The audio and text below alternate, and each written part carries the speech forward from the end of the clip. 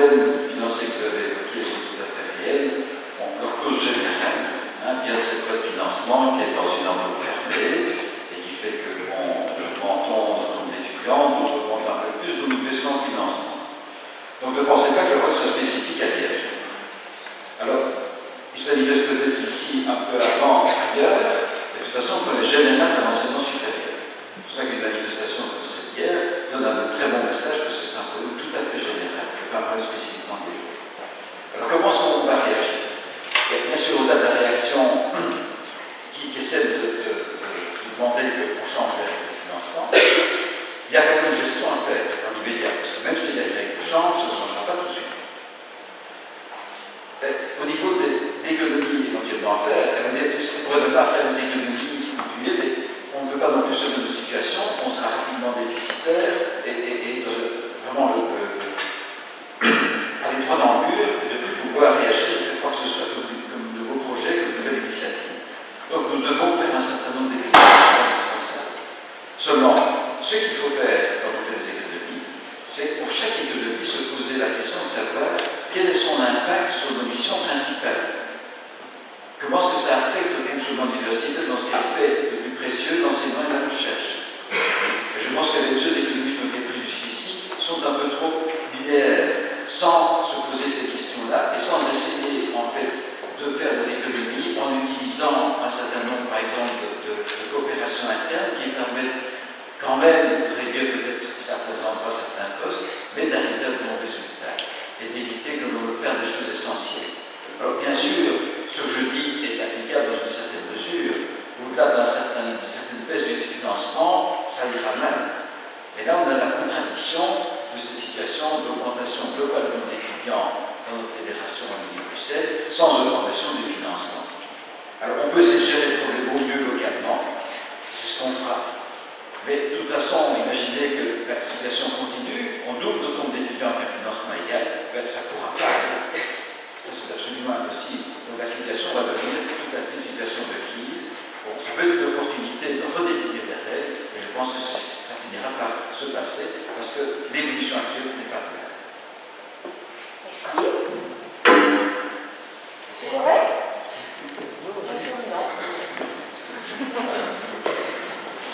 Donc, on est dans un problème vraiment fondamental ici.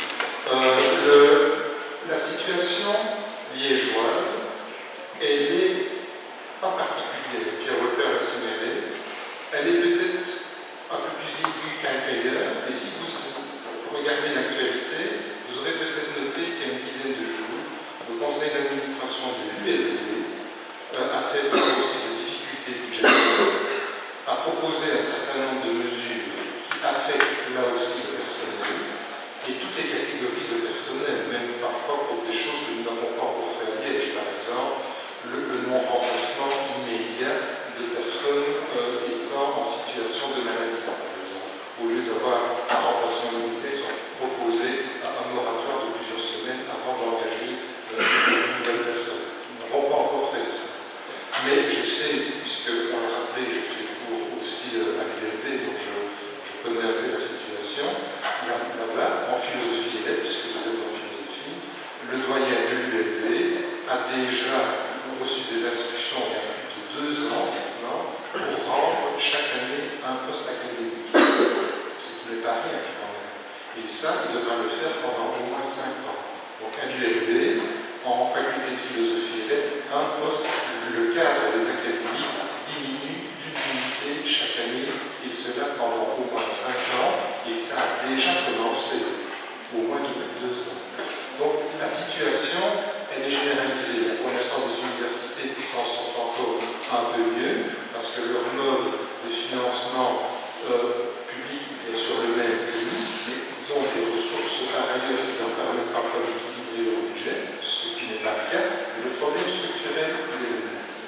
Alors, quand on a une situation de crise, comme ça s'est passé ici à Liège, et vous avez rappelé les décisions prises par le CA au début de l'année académique 2013-2014, on est obligé d'agir dans l'urgence, on ne prend pas nécessairement les meilleures décisions. Mais ce qui est étonnant, c'est qu'on ait dû faire ça dans l'urgence. Parce que si on regarde les deux courbes, si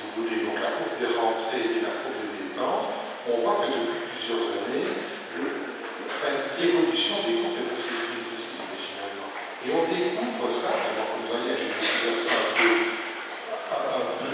abstract comme ça, comme la plupart de la communauté universitaire. Le seul privilège que j'ai eu, c'est de connaître quelques jours avant les autres. Mais ça m'étonne quand même un peu. Alors, sur le problème du refinancement, on va donc probablement changer de règle de financement, c'est-à-dire qu'on va calculer la répartition de la Mercedes, si vous voulez, autrement, mais ça ne va pas résoudre le problème de fond.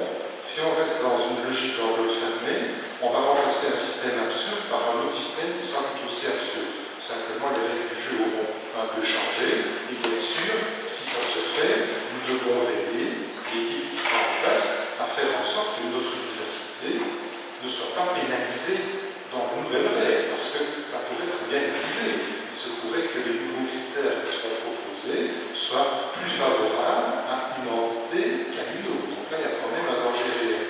Mais ça, c'est encore, même si ça va quand même porter sur quelques millions, excusez de le dire ici, au risque de paraître un peu grossier ou provoquant, c'est encore du détail. Le problème de fond, il n'est pas là. Le problème de fond, c'est sur la manière de financer les universités et l'enseignement supérieur de manière générale. Et ça, c'est un véritable problème de société. Parce que aller simplement dire à la communauté française, vous n'avez qu'à,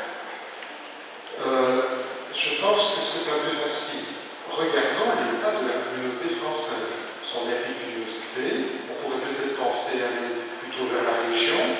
Ce serait étonnant qu'on ait un système régionalisé, un problème de Bruxelles. Et donc, si on reste dans le cadre structurel de la communauté française, moi je ne vois pas avec les ressources qu'elle a maintenant, ce qu'on peut prévoir à 4-5 ans, comment on pourrait avoir un refinancement significatif. Je ne vois pas comment faire. Je suis à l'écoute de ce que les partis politiques nous disent, et moi, ce que je constate pour l'instant, c'est qu'on promet beaucoup d'argent qu'on n'a pas encore pour faire du refinancement dans le fondamental et dans le secondaire, que ce soit sous la forme de dîner chaud, de tablettes ou de vélo-moteur, je n'en sais rien. Moi, je n'entends pas grand-chose sur l'enseignement supérieur. Donc, sur de l'argent que la communauté française n'a pas encore, je souhaite plutôt le dépenser là. Alors, quand je dis que c'est un problème de société, il faut bien regarder exactement quelles sont les sources de refinancement possibles de l'enseignement. Il n'y en a pas tant que ça, vous savez, c'est important. Il n'y en a pas tant que ça. Il y a la communauté française, j'ai déjà répondu. Il y a les étudiants. Et Albert Corrèze a déjà mis sa position, c'est la mienne aussi. On ne va pas aller demander aux étudiants des sommes astronomiques pour faire ça. Ça se fait peut-être dans d'autres pays, c'est un autre système social, nous ne pouvons pas faire ça. Moi, je ne vais pas faire ça ici, et on m'en met mes boursiers, et je sais de quoi je parle. Moi, je laisse la parole à Je termine, si vous voulez. On peut se tourner vers le partenariat privé, mais c'est limité. Et vous savez, comme il y a no free lunch, ben celui qui paye, il va avoir quelque chose à dire aussi sur l'enseignement. Est-ce que c'est ça que nous voulons? Donc c'est un vrai problème de société. Il faudra qu'on détermine si l'enseignement universitaire est important. Il faudra trouver des solutions. Et c'est un niveau, je crois, qui est super. Merci. Merci. Bien, j'ai déjà un peu répondu tout à l'heure avec la collaboration Saveco qui permettra de faire un certain nombre d'économies. Vous avez bien compris le système de l'enveloppe fermée, vous avez bien compris le fait que d'avoir des étudiants étrangers inscrits comme étudiants réguliers pouvaient rapporter, qu'ils soient français ou non. Donc c'est tous ces éléments qui peuvent jouer en notre faveur. Nous avons perdu une part de marché, quasiment 6%. Et 1%, c'est 6 millions que j'ai qu'à faire. Voilà. Alors, il y a d'autres voies. D'abord, une chose que je critique. D'abord, il y a des restrictions budgétaires, il y en a eu tout le temps. Quand j'étais étudiant, on a manifesté. Quand j'étais assistant, j'ai perdu mon boulot de manière aléatoire parce qu'on a supprimé les demandes d'un assistant. Donc ça a toujours existé. Et on s'en sort. Ce qu'il faut éviter, c'est que ça se fasse de manière aléatoire. Donc on arrive avec des suppressions d'emplois à un moment donné, à tous les niveaux, académique, patho, assistant temporaire. Et, disons-le, le maillon faible, c'est l'assistant temporaire. Il a un mandat de 2 ans, renouvelable 2 fois, donc ça fait 6 ans. Et donc la rotation est beaucoup plus grande. Le personnel académique, on va prendre les pensionnés, et ceux qui arrivent à la retraite, et ne pas les renouveler. C'est un peu la même chose que le patho, donc la liberté est un peu moins grande. Ce qu'il ne faut pas faire, c'est que ce soit fait de manière aléatoire. Donc il faut réfléchir. C'est pour ça que je veux une gouvernance beaucoup plus forte pour cette université, pour que nous menions une réflexion avec les facultés, pour pouvoir dire, tiens, dans les 10 années, ou dans les 15 années que nous allons passer, avoir dans le futur, quels sont les développements que nous allons faire en termes de filières de cours, quelles sont les filières qu'on doit conserver, quelles sont les filières dans lesquelles on doit trouver des collaborations, que ce soit locales ou internationales, de façon à ne pas faire les remplacements en termes d'académique, parce qu'une fois qu'on a un académique, on va dans les gencives pendant 30 ans. Hein. C'est une chose pour du bateau, c'est pas une chose pour les assistants. Autre point que je voulais mettre sur la table maintenant, c'est qu'il y a un autre financement de l'université, auquel on ne pense pas directement. C'est la recherche. Il faut savoir que le budget de l'université, il est doublé. On le double avec des contrats qu'on va chercher à l'extérieur. C'est-à-dire, ce n'est pas consacré à l'enseignement vrai.